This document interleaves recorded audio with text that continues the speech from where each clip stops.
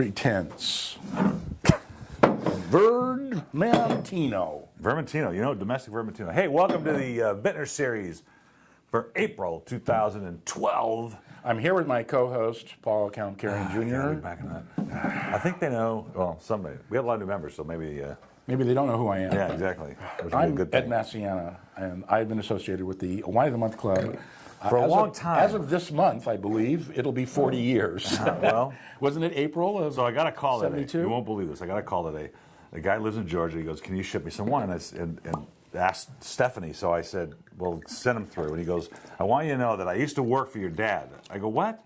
He goes, "Yeah, I worked when you were in King Harbor. You remember the shop yes, in King Harbor?" That's right. That's where my office was. And this guy used to be one of the part-time packers. He just graduated from high school. Oh, wow. And he ended up in Georgia, and he wants me to ship him wine in Georgia. So I looked at the laws, and they just changed the law, so we're going to be able to figure something out. That was 30 isn't that years funny? ago. I know. He's got 2 kids and all this stuff. All right, this is the 2009 Suspicion Sangiovese. This wine, when it came here, and I taste everything that lands here to make sure it's what we ordered, and I'm like, this is better than it was when I tasted it the first time. Wow. Well, that makes up for the times when they're not better. Yeah, no, it doesn't happen.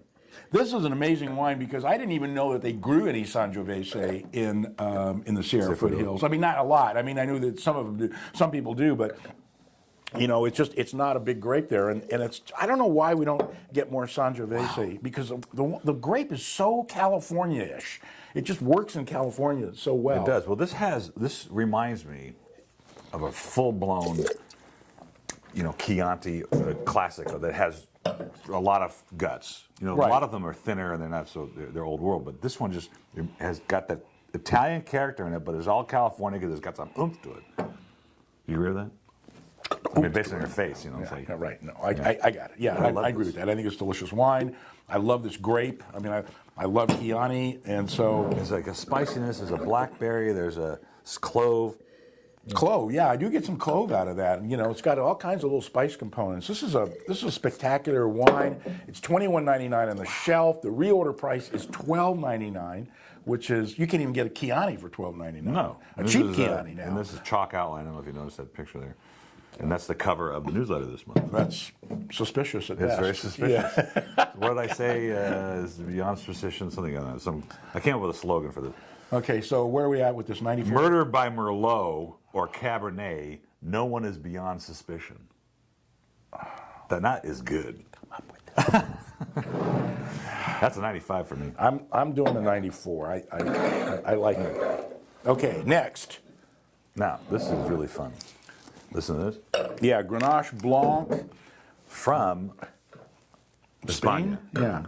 Well, this is one of my new favorite grapes, Grenache Blanc. I love it. I don't care where it's grown. I don't care if it's grown in Spain or Australia or California. I've seen more of it. You know? It is such a delicious bottle of wine. It's a grape that you can't screw up. It's amazing. Well, here's what I liked about this. This is clearly old world in its nose. Love that Spanish, European, sometimes Italian, sort of not oxidized character, but just full forward character. I love this one. Wow. Yeah, it's got a maturity in the nose, but it's more youthful in the palate. Yeah. This is an old school sort of, when you get I love the obscure Italian white grapes because you get this character out of it. Well, like the next white we're going to taste, the Vermentino. Exactly, but it's domestic. So this is Spanish, and you're getting that character from it, and it's really what I fell in love with because sometimes that New World stuff, they're all crisp and bright, and lots of fruit, and lots of acid. This has got some of that old world guts to it. And I like it. It's got yeah, and it would go with some old world food. You know, like bouillabaisse, which used to be a peasant dish, and now nobody can afford to buy the fish to go in it. But if you could, this would be the wine for it. You know, like ratatouille. Well, yeah, I love ratatouille. We could wax poetic for days on this, but I'm sure most of you would wish we hadn't. So I'm doing a 93 here. I'll go 92, 93. 92.5. 92.5. 925. It's from Catalonia, by the way. Catalonia, yes, which is in the eastern part of the country. Let's just go right into the next white while we're here. As long as we're here, sure. The Chesbro. She said Chesbro. It just says Chesbro, right? It's Chesbro. She was calling it Cheesy Bro. Or cheesy Well, something. yeah, well, I think she's talking to you. Hey, cheesy bro. And this gal, you know, she brings a lot of wines here. She brings a lot of boutique family-owned wineries, and I really, because this is domestic Vermentino, is one of the things that attracted me to it. Well, So you'll see it but very much. we've done some Roussan from them before. It Yeah, was we did. absolutely delicious. I mean, I think it was over a year ago, and I remember that wine because I bought some of it and I just loved it. Everybody I served it to went, "Oh my goodness, this is good!" You This know, is just as good. Look at that. it's an incredible wine. They're really a terrific It's a operation. full departure from its Italian counterpart. This is like big and verbose and it's from Cedar Lake, from the Rio Seco. So Oh, isn't that great? absolutely delicious. And they grew the grapes and made the wine. And for me, the Italian whites are as exciting as white wine can be right now. And there's the three V's: Vermentino, Vernaccia, and Verdicchio. And they are all different and all absolutely delicious. And even when they come over here, they're still incredible. This is a 94 for me. Maybe a I'm 95. going to do a 95. I think this wine's absolutely really good. delicious. You know what this reminds me of? The Domaine de Lannis from last month. Oh, yeah, that was great. I served that to people. They literally jump out of the chair. They go, "My God, this is good." Really good. It's funny. We were talking about family wineries, which this is, the sole proprietor. But a gal came in yesterday, and she brings me a really nice Petit Syrah. And I said, "This Brandt family vineyard." I said, "Where's this wine from?" She goes, "Ontario." I go, "Like Ontario, California?" She goes, "Yeah." I go, "Upland?" She goes, "Yeah." I go, "You have a winery?" She goes, "Yeah, it's in our house."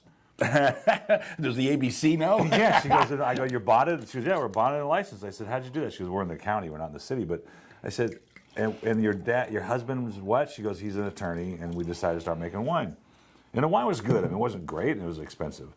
But I'm thinking, why? I said, I go, "Why are you doing this?" Because it can't be easy. She goes, "Well, I'm a mother of 6. I go, "And you're out schlepping wine at places?" I go, "Come on." So anyway, it was pretty good, but I said, it's too expensive for our club. I think this wine is a bit pretentious myself. That's what it is, a little pretense. There's a pretense in here, and I'm not going to pretend that it's not there. I know why I fell in love with this. Yeah, the fruit. This nose is amazing, and there's a floral component to it. Well, it's just got that big, ripe, Lodi-dominated Zinfandel nose that is so incredible. Wow. Man, what would you put this with? It's too much for tomato base. Barbecued tree bark. It'd be like a cork. Just put some No, cork, actually, put some cork on the. this wine smells bigger and more robust than it is. It's a little more restrained in the mouth, you know. You're right. But it's still a pretty good, pretty hefty wine, you know. And it's $18.99 on the shelf, $11.99.